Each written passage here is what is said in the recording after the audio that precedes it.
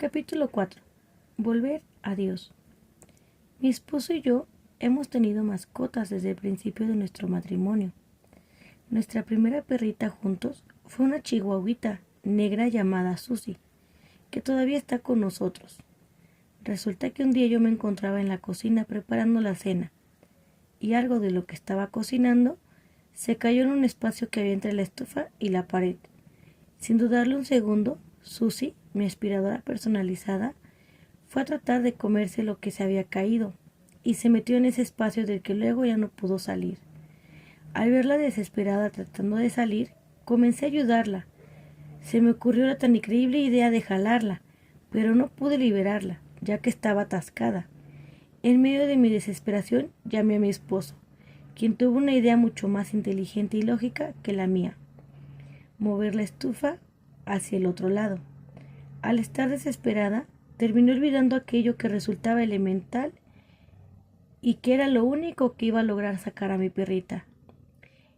Así como ocurrió con Susie, en medio de nuestra desesperación por salir de las temporadas de desierto espiritual, terminamos a veces olvidando lo esencial. Necesitamos volver a Dios. En Lucas nos encontramos con una historia que probablemente has escuchado: la parábola del hijo pródigo. Lucas 15. Quisiera contarla con mis propias palabras.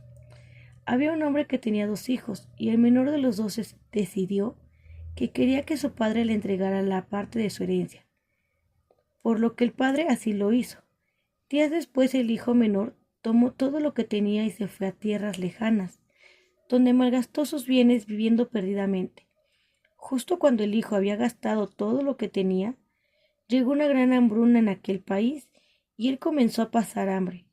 En medio de su necedad, este hijo terminó apacentando cerdos y deseando llenarse el estómago de las algarrobas que comían estos, pero nadie le daba nada. En medio de su gran necesidad, el hijo volvió en sí y recordó cuán bendecidos eran incluso aquellos que servían a su padre, por lo que decidió volver a él, reconociendo que no era digno de llamarse su hijo. Y aquí viene lo hermoso de la historia. Levantándose fue a su padre. Cuando todavía estaba lejos, su padre lo vio y sintió compasión por él, y corrió, se echó sobre su cuello y lo besó. Y el hijo le dijo: Padre, he pecado contra el cielo y ante ti, ya no soy digno de ser llamado hijo tuyo. Pero el padre le dijo a sus siervos: Pronto, traigan la mejor ropa y vístanlo, pónganle un anillo en su mano y sandalias en los pies. Traigan el becerro engordado, mátenlo y comamos, y regocijémonos, porque este hijo mío estaba muerto y ha vuelto a la vida, estaba perdido y ha sido hallado. Y comenzaron a regocijarse. Delante de Dios todas nosotras somos como este hijo. Decidimos tomar nuestra herencia terrenal, todo lo que el Señor nos ha dado, y lo usamos para gastarlo en nosotras mismas y poner otras cosas en lugar de Dios. Al final, como ya hemos dicho, terminamos secas, porque nada fuera de Él puede saciarnos. En esta parábola vemos cómo el hijo decide regresar a su padre, pero su regreso no es para buscar más dinero y luego volver a su vida egoísta y seguir gastándolo en sus placeres. El pasaje de Lucas nos dice que el hijo volvió en sí. Esto quiere decir que se dio cuenta de lo que había hecho. No pudo percibir la realidad de sus pecados y decidió regresar arrepentido, reconociendo que lo había perdido todo y en realidad no merecía nada. En esta parábola vemos cómo el hijo tenía el plan de volver como uno de los sirvientes de su padre, ya que no se consideraba digno de regresar como su hijo. Sin embargo, el plan del padre era completamente distinto. Cuando el hijo está ya cerca de la casa, el padre lo ve de lejos y corre a recibirlo. ¿Un patriarca corriendo? El padre de familia, probablemente ya un hombre mayor y dueño de una gran propiedad, decidió recoger su túnica, poner sus piernas en movimiento y salir corriendo a encontrarse con su hijo para abrazarlo y besarlo. Mientras el hijo intenta comunicarle su plan, el padre lo interrumpe y ordena que lo vistan con las mejores ropas. De seguro que el padre se estaba refiriendo a una de sus propias túnicas. Este hijo decidió solo solo volver a su padre reconociendo que no merecía nada. Pero el padre cubrió sus harapos y su pobreza con su propia ropa de honor. Qué gloriosa esperanza nos provee esta historia, a saber que el Padre es nuestro Dios, aquel que nos ama y que en medio de nuestros pecados espera que volvamos a Él. Nos invita a acercarnos y al hacerlo, Él se acercará a nosotros. Santiago 4:8. Nuestro Dios nunca pierde de vista, perdón, nuestro Dios nunca nos pierde de vista y por eso nos ve regresando de nuestro vagar por el mundo alejado de Él. Siente una profunda compasión por nosotros y nos sale al encuentro. El amor y la gracia de Dios en Cristo son suficientes para perdonar cualquier pecado que hayamos cometido, cualquier cosa que nos haya mantenido lejos de Él. No importa si es una infidelidad, no importa si has estado envuelta en mentiras, si has estado engañando a otros o engañándote de distintas formas, si te has mantenido envuelta en pecados de fornicación o si has permanecido ensimismada en la vanidad de tu propia apariencia,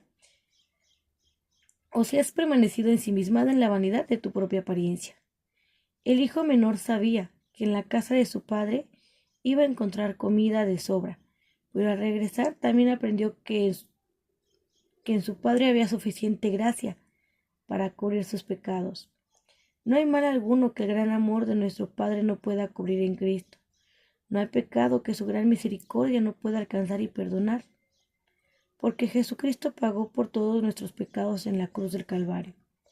Volver a Dios es lo que necesitamos hacer cuando hemos estado alejadas en el desierto espiritual de nuestro corazón. ¿Por qué podemos volver a Él? Cuando nos sentimos heridas por alguien sin importar cuánto apreciemos a esa persona, nuestra tendencia natural es alejarnos, ¿no es cierto? En diversas ocasiones yo misma me he encontrado en medio de una relación quebrantada, donde las cosas ya no son igual que antes, y terminamos muy alejados. Es por eso que necesitamos iniciar un proceso de reconciliación. En medio de esta tendencia que es propia de nuestra naturaleza, a veces pensamos que con Dios las cosas funcionan de la misma manera. Hace un tiempo tuve la oportunidad de conversar con una joven que estaba atravesando una temporada de desierto por distintos pecados en los que había permanecido. Y una de las cosas que ella me decía era que no sabía cómo volver a reconciliarse con Dios. Sus palabras estaban cargadas de dolor. El peso de pensar que tenía la responsabilidad de reconciliarse con Dios era una carga que ni ella ni nosotras podemos sobrellevar. Solemos ser como Adán y Eva que prefirieron esconderse del Señor antes que ir en su búsqueda. Sin embargo, aún en esa historia aprendemos que fue Dios quien comenzó la búsqueda de la pareja y supo encontrarlos. Permíteme quitarte un peso de tus hombros. Si eres creyente, no necesitas reconciliarte con Dios, porque Jesús ya lo hizo por ti. Y esa permanencia de tu reconciliación hace posible que puedas volver a Él. Porque si cuando éramos enemigos fuimos reconciliados con Dios por la muerte de su Hijo, mucho más, habiendo sido reconciliados, seremos salvos por su vida. Y no solo esto, sino que también nos gloriamos en Dios por medio de nuestro Señor Jesucristo, porque ahora hemos recibido la reconciliación. Romanos 5:10-11. Tener que reconciliarnos con Dios es una carga que no tenemos que llevar, porque Cristo la llevó por nosotras. Éramos enemigas de Dios, pero el Señor mismo nos reconcilió consigo mismo por medio de la muerte de su Hijo. Esta reconciliación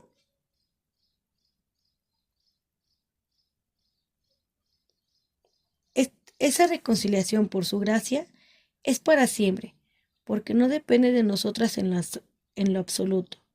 Aquellos pecados que nos llevan a lugares de desierto nos alejan de Dios, a quien ofendemos y entristecemos, pero no hacen que perdamos nuestra amistad con Él, porque la misma está garantizada por medio de Cristo. No causan que Dios nos voltee el rostro, aunque nos exhortará al arrepentimiento, porque Él ya derramó su ira sobre Cristo para no tener que hacerlo con nosotras nunca más. Lo vuelvo a repetir, tú no necesitas lograr la reconciliación con Dios, porque eso Él lo logró en la cruz del Calvario. Jesús dijo, consumado es, y esta es una verdad que sostiene toda nuestra realidad como cristianas. Somos reconciliadas por siempre mediante la obra de Jesucristo.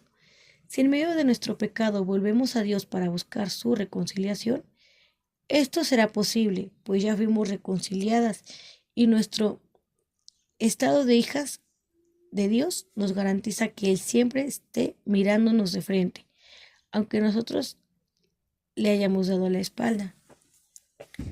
Es importante que haga la siguiente aclaración.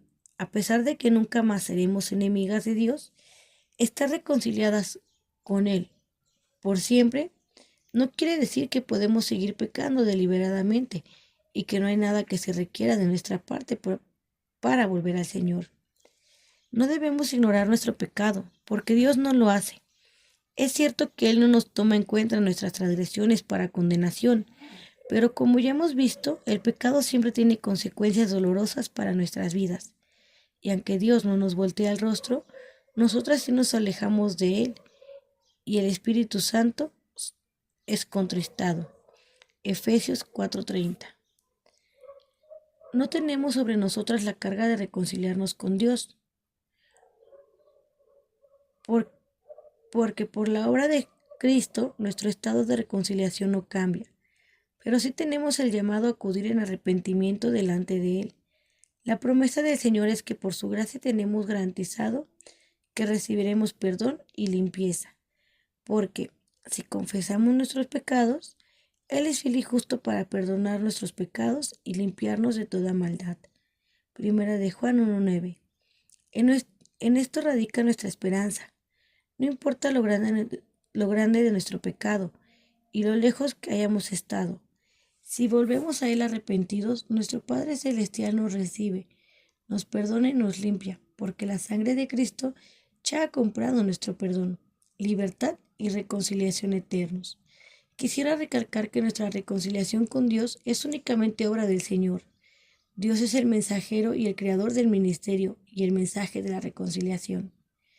Y todo esto procede de Dios, quien nos reconcilió con Él mismo por medio de Cristo y nos dio el ministerio de la reconciliación. Es decir, que Dios estaba en Cristo reconciliando al mundo con Él mismo, no tomando en cuenta a los hombres sus transgresiones, y nos ha encomendado a nosotros la palabra de la reconciliación. Según de los Corintios 5:18. Dios es el motor de cada aspecto de la reconciliación mencionado en estos versos. Esta procede de Dios. Él nos da el ministerio. Él estaba reconciliando al mundo en Cristo. Él no tomó en cuenta las transgresiones de los seres humanos, y Él nos encomendó la palabra de la reconciliación. Como ya hemos dicho, nuestra reconciliación con Dios no es algo que nosotras podemos conseguir por nuestros propios medios. Por el contrario, es algo que Dios mismo ha hecho. Sin embargo, Dios no solamente nos reconcilia con Él, sino que también nos llama a llevarles ese mensaje de reconciliación a otros. El ministerio de la reconciliación no le dice a una persona, ven y haz las paces con Dios, sino ven porque Cristo Dios ha hecho las paces contigo. ¡Qué gloriosa noticia! Si estamos en Cristo, cada una de nosotras ha sido receptora de esa reconciliación inconmovible, y lo mejor que podemos hacer, lo cual constituye nuestro llamado, es llevar ese precioso mensaje de reconciliación a otros, a aquellos que son creyentes y en su pecado se han alejado de Dios. Les llevamos el mensaje de que en Cristo hemos sido reconciliadas para siempre y ni siquiera nosotras podemos cambiar esta verdad. Debido a que estamos reconciliadas para siempre, nuestro Padre Celestial nos recibe en arrepentimiento, nos perdona y nos limpia. Aquellos que no conocen a Cristo, les llevamos el mensaje de que Cristo Jesús vino al mundo a salvar a los pecadores y a reconciliar nuestra enemistad con Dios a través de su muerte y resurrección.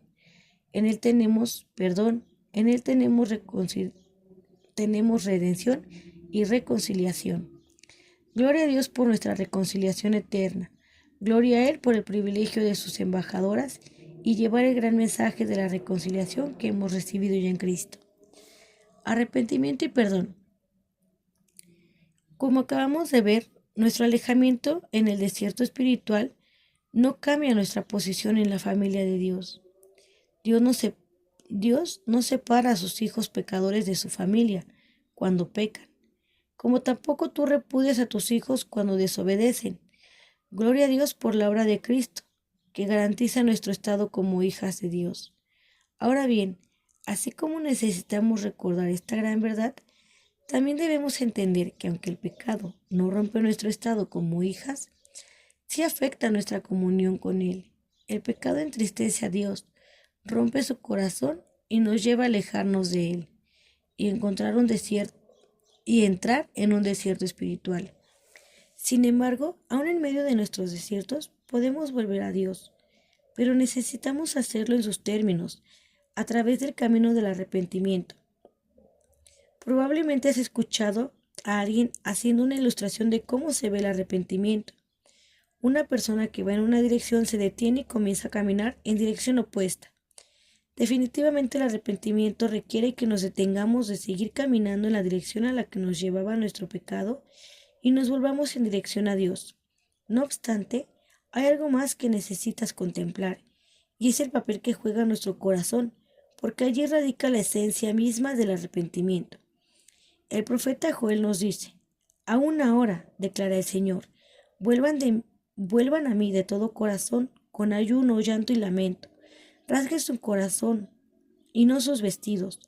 Vuelvan ahora al Señor su Dios, porque Él es compasivo y clemente, lento para la ira, abundante en misericordia, y se arrepiente de infligir el mal. El Señor le está haciendo un llamado al pueblo de Israel a regresar a Él de todo corazón, y esto se demostraría con ayuno, llanto y lamento por sus pecados, rasgando sus corazones en lugar de sus vestiduras. Cité Primera de Jueces 2, 12, 13. En el Antiguo Testamento se observaba con frecuencia que alguien se rasgaba sus vestiduras para expresar dolor o indignación. Sin embargo, más que en una expresión externa, Dios siempre se ha interesado en lo que sucede dentro del corazón. El mismo David nos recuerda que el corazón que Dios no desprecia es el arrepentido y humillado delante de Él. Salmo 51. Una persona que vuelve a Dios siempre requerirá de un corazón arrepentido. Sin embargo, hay algo con lo que debemos tener cuidado, porque puede ser de confusión. Podemos llegar a confundir el sentimiento de remordimiento con el verdadero arrepentimiento.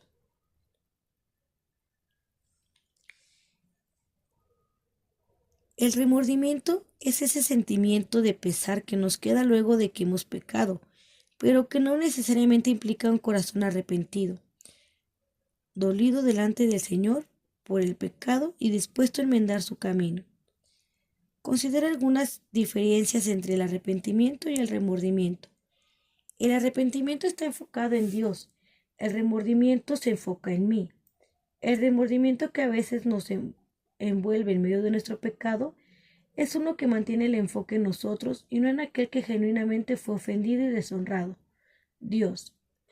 El remordimiento se duele por las consecuencias del pecado o la deshonra que pueda traer a nuestro propio nombre, mientras que el arrepentimiento se duele porque el nombre de Dios ha sido manchado.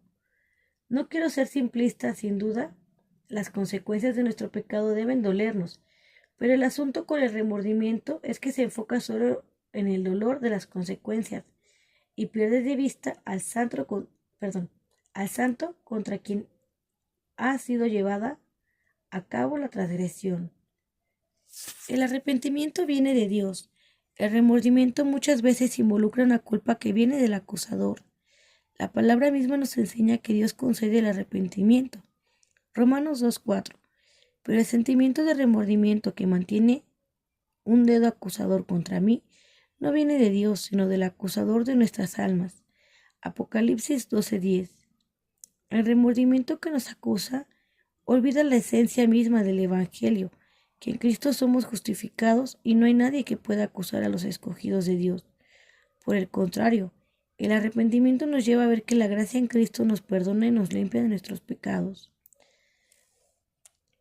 El arrepentimiento me lleva a cambiar. El remordimiento me mantiene revolcándome en mi pecado. Una de las características esenciales del arrepentimiento es el cambio de conducta. Un corazón genuinamente arrepentido dará frutos dignos de arrepentimiento. Mateo 3:8. Y esos frutos se verán en una vida que ha dejado a un lado la práctica del pecado. Por el contrario, la práctica del Por el contrario, el remordimiento nos llevará a revolcarnos en nuestro propio pecado, a traerlo a nuestra mente una y otra vez, hasta con una gran pena, pero sin cambio alguno. ¿Cómo tener un corazón arrepentido? Sabemos que necesitamos arrepentirnos, pero si eres como yo, la próxima pregunta que puede venir a tu mente es cómo conseguir ese arrepentimiento genuino, ya que el arrepentimiento, más que un cambio externo de nuestra conducta, ya que el arrepentimiento es más que un cambio externo de nuestra conducta, y no es lo mismo que tener remordimiento. Hay algunas personas que necesitamos considerar, hay algunas cosas que necesitamos considerar para tomar este camino de vuelta al Señor. Recuerda que eres pecadora y procurar ver cómo estás pecando. Número 1. Recuerda que eres pecadora y procura ver cómo estás pecando. El apóstol Pablo nos enseña que no hay nadie justo. Todos los seres humanos somos pecadores. Romanos 3:10. Recordar esta verdad es esencial para tomar el camino del arrepentimiento, porque desde el principio me lleva a reconocer que debido a mi condición de pecadora, hay cosas que haré o dejaré de hacer que, tal como lo dice el significado etimológico de la palabra pecado, van a errar el blanco de la santidad de Dios. Recordar esta verdad me llevará a mantenerme vigilante ante la presencia del pecado e ira, creando en mi corazón dispuesto a buscar pronto el perdón de Dios.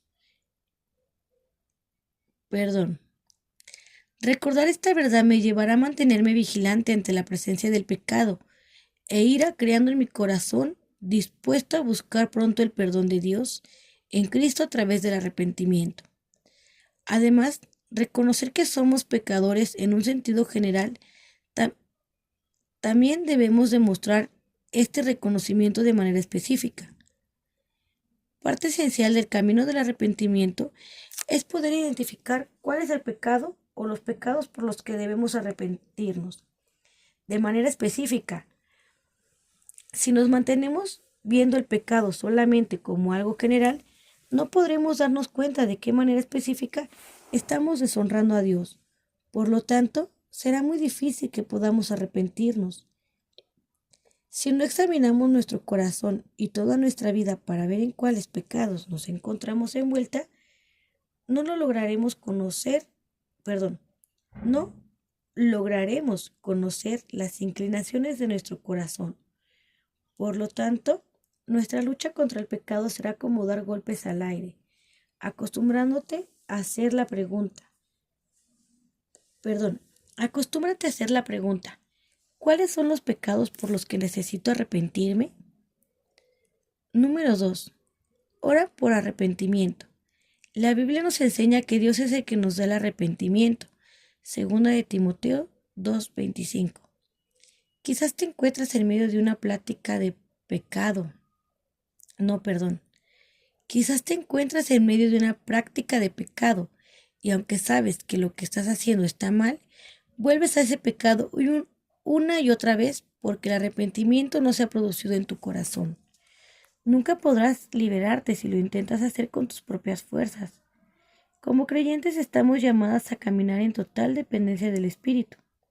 Genuinamente separadas de Él, nada podemos hacer. Juan 15:5. Como lo he venido repitiendo una y otra vez, Dios es el que les concede el arrepentimiento a nuestros corazones pecadores. Él es la bondad de Dios, Es la bondad de Dios la que nos guía al arrepentimiento. Romanos 2:4.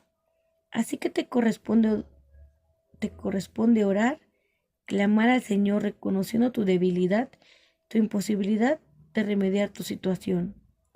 Ora pidiéndole que te conceda un corazón arrepentido por tu pecado, Un corazón que pueda ser capaz de ver la bondad de Dios en Cristo y que y que esa bondad te lleve a un cambio de corazón que produzca un cambio en la dirección de tu vida, del desierto espiritual a los preciosos valles de delicados pastos donde el Señor mismo nos pastorea. Número 3. Confiesa tu pecado. El director de películas Woody Allen afirma ser ateo. En una ocasión le hicieron la pregunta: en caso de que Dios existiera y ese Dios pudiera hablar contigo, ¿qué es lo que más te gustaría escucharle decirte? Ella respondió: si existiera un Dios que pudiera hablar conmigo, lo que más desearía escuchar de él son estas dos palabras: eres perdonado. El apóstol Juan, siendo ya muy anciano, escribió que la única manera en la que pudiéramos llegar a escuchar las palabras eres perdonado es cuando primero decimos las palabras he pecado. Primera de Juan 1:9. La actitud correcta y permanente del cristiano frente a su pecado debe ser de confesión. Confesar nuestro pecado implica que estamos reconociendo delante de Dios que todo lo que Él ha dicho sobre el pecado es verdad. Confesar nuestro pecado es admitir nuestra culpa. La confesión a la que la Biblia nos llama no es simplemente la que ocurriría si nos encontraran en medio de nuestro pecado y pidiéramos perdón, pero con un corazón dispuesto a hacerlo otra vez si no hubiese sido descubierto.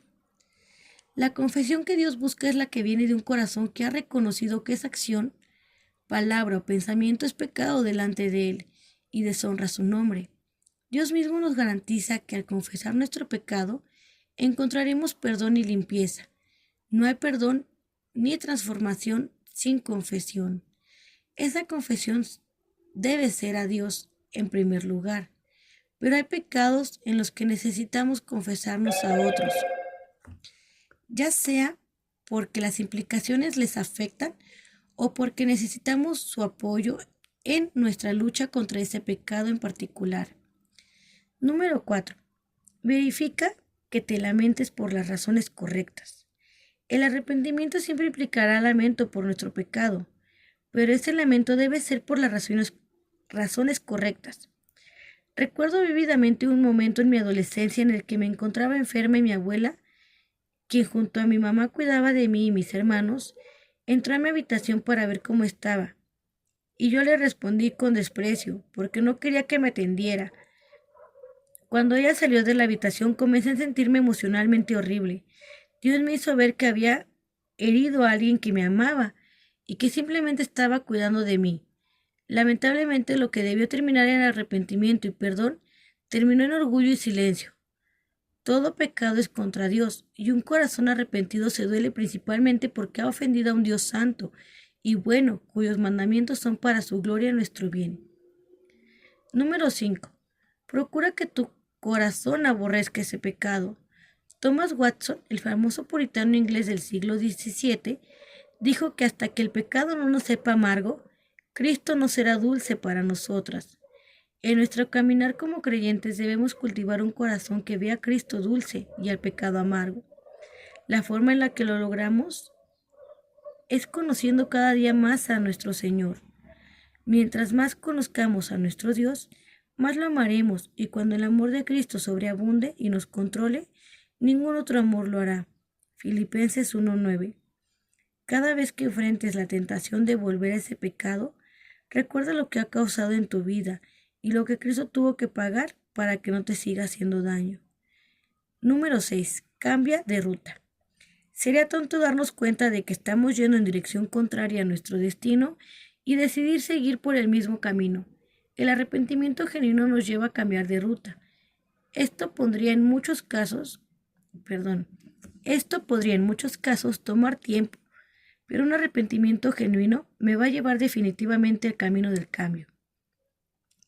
Las Escrituras nos dicen que no solo debemos arrepentirnos, sino que también debemos apartarnos activamente de los pecados que cometemos. Ezequiel 14:6. El arrepentimiento genuino va acompañado de un cambio de corazón, pero esto no quita que debamos ser radicales con nuestro pecado y tomar las medidas que sean necesarias para evitarlos. Si estás en medio de una relación pecaminosa parte del cambio de ruta sería poner límites y cortar esa relación de raíz. Si tu lucha es con el chisme, entonces necesitarías cambiar de ruta, evitando las conversaciones que involucren hablar de otros solo por el deseo pecaminoso de compartir información que no nos corresponde. El pecado siempre requerirá medidas de seguridad que contribuyan al cambio de dirección. Número 7. Recuerda la gracia. Dios no te ama menos porque te has alejado de Él y ahora estás sumida en un desierto espiritual.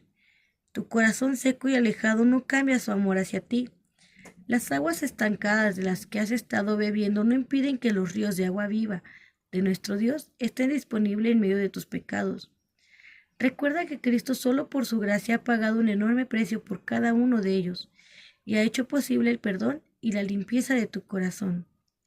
Cristo no solo paga el precio por nuestros pecados, sino que también es nuestro abogado delante del Padre. Primera de Juan 2:1.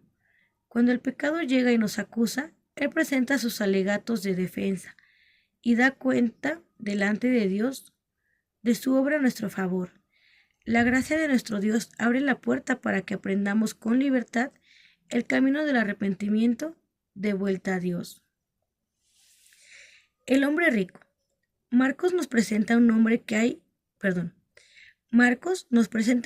hoy reconoceríamos como un empresario exitoso, uno al que le había ido muy bien materialmente y que al parecer había alcanzado muchos logros, pero que tenía una inquietud en su corazón, para la cual necesitaba una respuesta. Maestro bueno, ¿qué haré para heredar la vida eterna? Marcos 10:17. Este hombre acude al maestro pensando que iba a poder alcanzar cualquier cosa que Jesús requiriera. Seguramente estaba acostumbrado a lograr lo que se propusiera, y esta era una cosa más en su lista de metas por alcanzar. Algo que este hombre hace es llamarle a Jesús bueno. Llamarle bueno a un maestro o a cualquier otra persona era algo sí paralelo en la cultura judía. Quizás por eso Jesús responde a su pregunta con otra interrogación, muy típico de nuestro Señor. ¿Por qué me llamas bueno? Nadie es bueno sino solo uno, Dios. Con esa respuesta en forma de pregunta, está tratando de mostrarle que haberlo llamado bueno era reconocerlo como Dios y por lo tanto darle toda autoridad. Jesús continúa, tú sabes los mandamientos. No mates, no cometas adulterio, no hurtes, no des falso testimonio, no defraudes, honra a tu padre y a tu madre. Este hombre escucha lo que Jesús le dice y sus palabras revelan el sentido de superioridad de su corazón al responder. Todo esto lo he guardado desde mi juventud.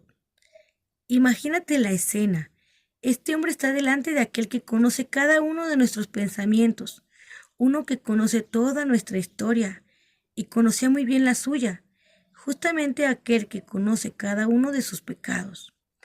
Le dice que todos los mandamientos los ha obedecido desde su juventud, cuando definitivamente esta no podía ser la realidad. Sin embargo, Jesús no le responde reprochándole y enumerándole cada una de las veces en las que había violado los mandamientos. Nuestro compasivo Señor, Jesús, mirándolo, lo amó. Versículo 21. Lo amó, aún en medio de sus pecados, aún en medio de su creencia equivocada de que lo había hecho todo bien, aun cuando Jesús sabía todo lo que este joven había hecho, él lo amó. Sin embargo, la gracia y la compasión de Jesús no se dará, Sin embargo, la gracia y el amor de Jesús no se quedan en solo una mirada de amor. Él le hace otro requerimiento. Una cosa te falta. Ve y vende cuanto tienes y dalo a los pobres, y tendrás tesoro en el cielo. Entonces vienes y me sigues. Pero él, afligido por estas palabras, se fue triste, porque era dueño de muchos bienes. ¿Por qué Jesús le pide eso? ¿No parece ser una solicitud demasiado drástica? Jesús conocía muy bien a este hombre y sabía que su materialismo ocupaba el lugar de Dios en su corazón. Esa era la razón por la que este hombre estaba en una perpetua transgresión del primero de los mandamientos, el llamado de Dios a no tener otros dioses. Lamentablemente no estaba dispuesto a dejar a un lado su materialismo porque no estaba dispuesto a acercarse a Dios según sus términos. Tú y yo somos a veces como este rico, aunque a diferencia de él podemos gozar de la salvación aún después de haber sido aún después de haber sido salvos, nuestro corazón podría dejarse dominar por otros amores. En ocasiones Jesús nos deja ver nuestro pecado y nuestro corazón se entristece, no por el dolor de estarle fallando a Él, sino porque no queremos renunciar a eso que ha ocupado el lugar de Dios en el centro de nuestro corazón. ¿Qué pecado domina tu corazón y ha desplazado a Dios del lugar que le corresponde? Sin importar cuál sea ese pecado, Jesús te ama, pero quiere que regreses a Él según sus términos. Él quiere todo tu corazón porque nadie puede servir a dos señores. Mateo 6:24. Jesús es el Señor de todo o de nada. Sea cual sea el pecado que haya estado dominando tu corazón y te haya mantenido en lugares de desierto, vuelve al Señor en arrepentimiento. Él te sigue mirando con amor. Nunca te ha perdido de vista y promete perdonarte y limpiarte de tu maldad. Vuelve a Él. Fin del capítulo 4. Perdón por todas las veces que me trabé. Gracias.